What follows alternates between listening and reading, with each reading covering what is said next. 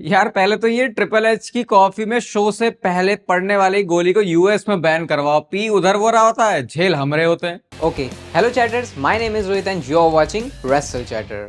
तो इस वीडियो में आज रिव्यू करने वाले हैं स्मैकडाउन के एपिसोड को, जो कि सैटरडे नाइट्स मेन इवेंट से पहले जस्ट आखिरी शो था। और कुछ इंपॉर्टेंट चीजें स्मैकडाउन के शो में तो हुई हैं और कुछ और गड़बड़ गड़बड़ चीजें भी, सब बात करेंगे डिटेल से। बस आप लोग प्रथा के अनुसार वीडियो को पहले लाइक कर देना। सबसे पहले हमको शो की स्टार्टिंग में पता चलता है कि भैया कुछ ज्यादा ही जो दिमाग है वो खराब हो चुका है ड्रू मैकिंटायर और डेमन प्रीस्ट का।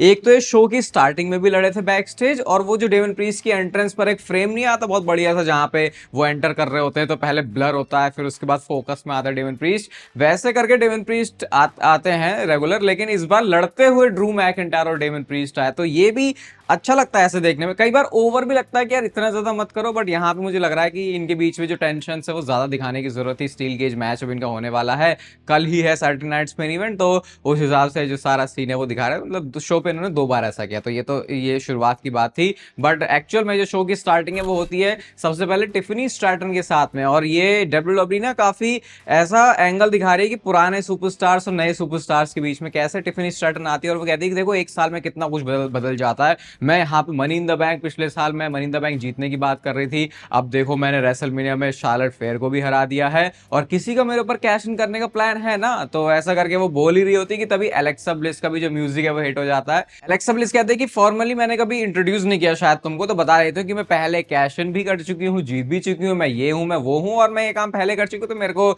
इतनी कोई खास इससे प्रॉब्लम नहीं होगी। बस ये सोच लेना कि मैं ना जीतूं, क्योंकि अगर मैं जीत गई तो फिर तेरा जो काम है वो खराब हो जाएगा। इसके बाद फिर शार्लेट फेयर भी आ जाती है। सबसे पहले तो वो जो बधाइयां टिफनी स्ट्रैटन को वो देती हैं और कहती हैं कि अब मैं कैश इन करके जीतने वाली हूँ चैंपियनशिप, क्योंकि मुझे स्पॉटलाइट में दोबारा से वापस आना। टिफनी कहती है अबे बहन ये तू हिपोक्रेट नहीं है बहुत ज्यादा, क्योंकि जब मैं कैश इन करके जीती थी तो तूने यही तो बोला था कि ये बहुत ही ईजी तरीका है, बट ये सारी बातें बोल रहे हो। और इसके बाद ये क्वालिफाइंग मैच की तरफ बढ़ते हैं, जो कि था जूलिया वर्सेस जेलिना वेगा वर्सेस शार्लेट फेयर के बीच में। और यही सोचा था मैं कि इस मैच का रिजल्ट क्या होगा। तो भैया जो जेलिना वेगा है, भले ही वो यूएस चैंपियन है, लेकिन सोचो उस टाइटल की कितनी वैल्यू है, क्योंकि वही पिन भी हुई है इस मैच में। शार्लेट फेयर मैच नहीं जीती, लेकिन ऐसा भी नहीं होगा कि वो मैच में पिनफॉल भी ले लें। तो जूलिया ये मैच जीत गई है, उन्होंने प्रोग्रेस कर लिया, यानी कि वो विमेंस लैडर मैच का पार्ट होंगे। और टिफनी स्ट्रैटन ने जाते जाते वो बहुत सही लाइन बोली कि तुम दोनों तो बस विंटेज हो और तुम स्टैंडर्ड हो, बस मैं इसका अपग्रेड वर्जन हूं जो तुम अभी देख रहे हो। तो ये थोड़ी सी उन्होंने पर्सनल बात बोल दी। इसके बाद उन्होंने बैक स्टेज से भी एक सेगमेंट देखा जहाँ पे एलेक्सा ब्लिस बातें कर रही होती है। शार्लेट फेयर कहती क्या कह रही है तू, तो एलेक्सा कहती है अबे मैं तेरे से तो बोल भी नहीं, वो अपनी लिली से बोल रही होती हैं। और उसके बाद उन्होंने बोला कि चलो मनी इन द बैंक में देखती हूँ मैं फिर तुझे। फिर कहते ओ सॉरी, क्योंकि शार्लेट फेयर तो मनी इन द बैंक है, लैडर मैच में ही नहीं होने वाली। और ये बहुत बड़ा मूव है कि अगर डब्ल्यूडब्ल्यूई शार्लेट फेयर को मनी इन द बैंक से अलग रख रही है, तो मैं भी यहाँ पे कुछ और जो चीजें हैं आगे इंटरेस्टिंग वो उनके साथ हो सकती हैं। इसके बाद शो पर क्रिस सेबिन वर्सेस चांपा के बीच में मैच था, और वही है कैंडिस लेरे ने आके यहाँ पे जो है रिंग साइड से भसड़ कर दी। पहले तो नी का ड्रामा कर रहे होते हैं चांपा, लेकिन उसके बाद उसी नी का प्रयोग करते हुए उन्होंने ये वाला जो मैच है वो जीत लिया। ये मैच क्यों डालते हैं डब्ल्यूडब्ल्यूई वाले मुझे समझ में नहीं आता।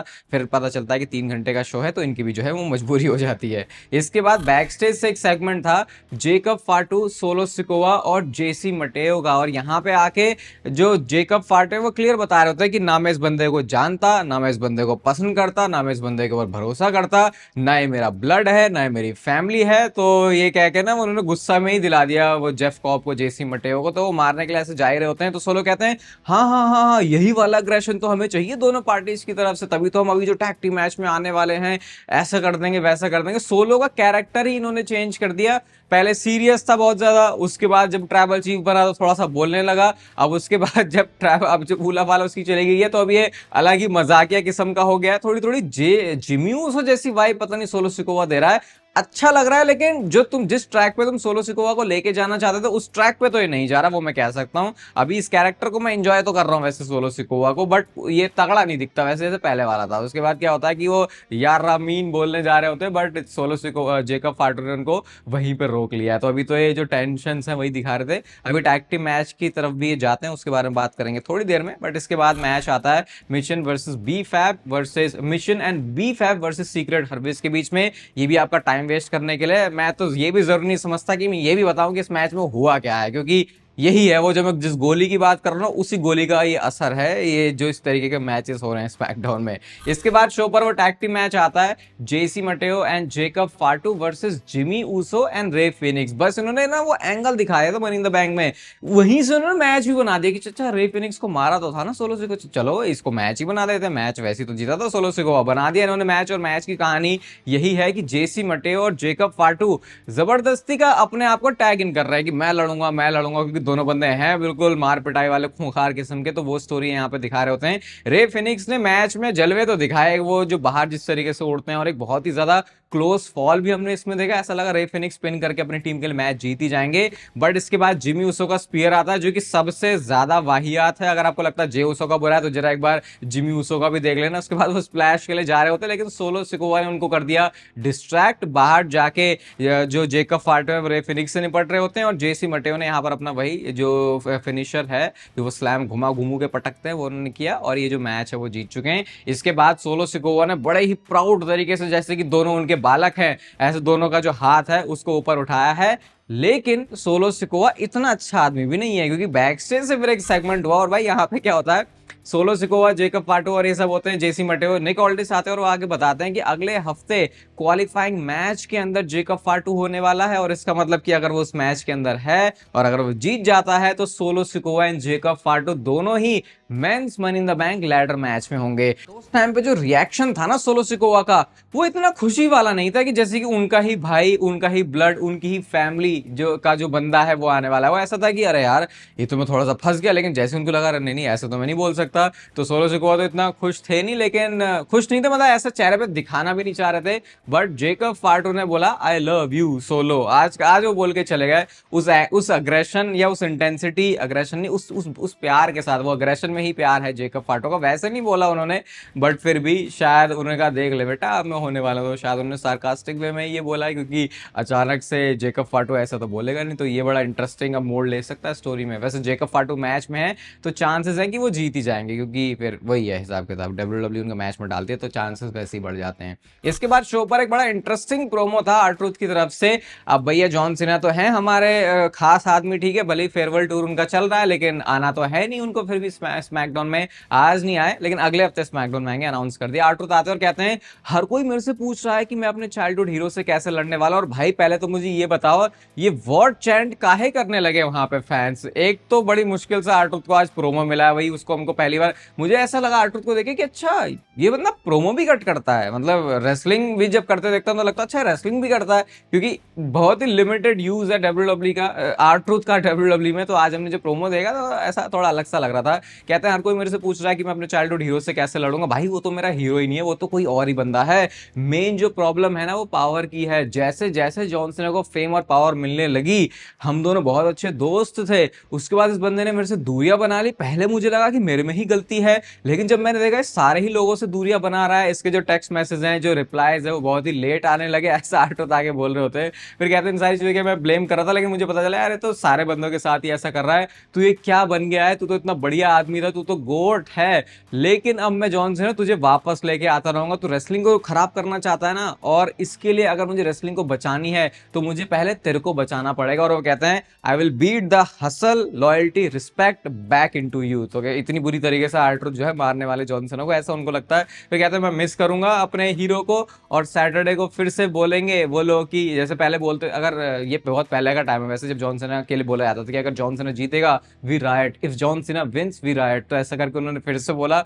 और प्रोमो में डिलीवरी, मतलब मैं बोलूंगा बैक स्टेज सेगमेंट में ज्यादा बढ़िया लगता है R-Truth, ऐसा उसको टाइम मिल गया ना तो अब उसके ऊपर पूरा फोकस आ गया, अच्छा है क्या बोलेगा। और ऊपर से क्राउड ने वो वोट करके वो बिल्कुल ही बेकार कर दिया था मामला। थोड़ी सी ऐसा एक्सपेक्टेशन थी क्या पता जॉन सीना आ सकता है, लेकिन वही है वो खास आदमी है, वो इस तरीके से आते नहीं, अगले स्मैकडाउन में वो आने वाले हैं। अब सीधा कल है सैटरडे नाइट्स मेन इवेंट के अंदर R-Truth और जॉन सीना का मैच प्रेडिक्शन वीडियो, तो मैंने एक वॉइस ऑफ रेसलिंग के उसमें कर दी थी, तो आपने जाके उसको शायद अब तक देख ही लिया होगा।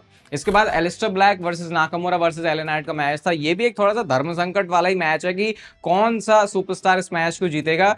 बड़ा मस्त फिनिश हुआ है इसका, ब्लैक मास्क किक तो मार दी उन्होंने एलिस्टर ब्लैक ने, लेकिन नाकामुरा को पिन किया एले नाइट ने, क्योंकि उतनी देर में एलिस्टर ब्लैक को उन्होंने बाहर ही फेंक दिया था। तो जितनी मस्त और प्रीमियम किस्म की एंट्रेंस है नाकामुरा की, अगर मैचेस में आप उनका हाल देखोगे तो लगा अच्छा यही वो बंदा था, इतनी ये शान पट्टी दिखा के आया है कि मुझे बचपन वाली फील आया थी जब मैं किसी के एंट्रेंस देखता था, ओ भाई क्या बंदा आ रहा है। उसके बाद जो वो ऐसे बुरी तरीके से हार रहा होता था, तो वही सीन इससे मुझे नाकामुरा के लिए भी लग रहा है। शो के मेन इवेंट में मैच था फ्रैक्सियम वर्सेस स्ट्रीट प्रॉफिट्स के बीच में। देखो तगड़े मैचेस तो ये देते हैं, बट देखो फिर भी तगड़े मैचेस का मतलब ये नहीं कि शो भी अच्छा हो जाएगा। और अब सारे लोगों को समझ में आ जाएगा कि यार ये जो वीकली बेसिस पर अच्छे रेसलिंग मैच है ना, वो अच्छे तो लगते हैं, लेकिन वो तभी अच्छे लगेंगे, उस शो को तभी अच्छा बना पाएंगे जब वो बड़े बम फूटने वाले मूवमेंट भी हमको स्मैकडाउन से मिलेंगे। आप कह सकते हो कि एक मूवमेंट तो है इस मैच के अंदर, मैच में जिनका चल रहा होता है फिर सारी भसड़बाजी हो जाती है क्योंकि एमसी एमजीज और डीआईवाई भी निकल के आ जाते हैं, तभी लाइट्स ऑफ होती हैं। और जब लाइट दोबारा से वापस आई तो हमने रिंग के बीचों बीच देखा वाइट सिक्स को। ये मैं आपको बता भी रहा था कि चांसेस हैं बहुत सारे कि ये स्मैकडाउन में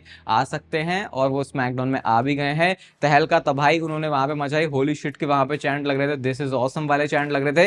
वाइब तो बन जाती है देखो वाइट सिक्स को जब हम देखते हैं, बट वही है कि कंसिस्टेंट अगर इस चीज को दिखाएं और थोड़ा मेजर प्रोग्राम की तरफ भी लेके जाएं तो बहुत अच्छा रहेगा। सबको इन्होंने मारा, और उसके बाद एक बहुत ही कह सकते हो इमोशनल या दिल को छूने वाला मोमेंट था, क्योंकि ब्रे वाइट अगर आज होते तो फिर उनका ये जन्मदिन होता, उनका हैप्पी बर्थडे होता, और उस चीज को इन्होंने दिखाया भी। वो एक लास्ट में ना कैंडल सी लेके आते हैं जिसको बाद में अंकल हाउडी बो डैलेस ने ब्लो भी किया, और इस तरीके से स्मैकडाउन ऑफ एयर जाती है। मुझे यहाँ पे इतनी सी प्रॉब्लम है कि सिर्फ ब्रे वाइट के अराउंड इसको अगर बना रहे हो तो वो अच्छा नहीं है। वो मुझे ऐसा लग रहा है कि यार ब्रे वाइट के नाम से क्या चीजें चल रही हैं, जो कि सही भी है, लेकिन उनकी खुद की भी कोई स्टोरी होनी चाहिए ताकि लॉन्ग टर्म में भी ये लोग सस्टेन कर सके। सिर्फ ब्रे वाइट अगर करोगे तो वो उतना मतलब मेरे को लगता नहीं कि सेंस बनाएगा, उल्टा वो और बेकार सा भी लगेगा कि यार अच्छा ब्रे वाइट के नाम से सब कुछ चल रहा है। वो अच्छी बात है, ऐसे ट्रिब्यूट दे दिया और बहुत बनता भी था वो। आई होप आप लोग समझ रहे मैं क्या कहना चाह रहा हूँ कि खुद की भी अगर स्टोरी होगी तो वो और देखने में अच्छा लगेगा। स्मैकडाउन को देखो मैं 3 स्टार से ऊपर तो रेट फिर भी नहीं करने वाला, ठीक है। ये जो भी था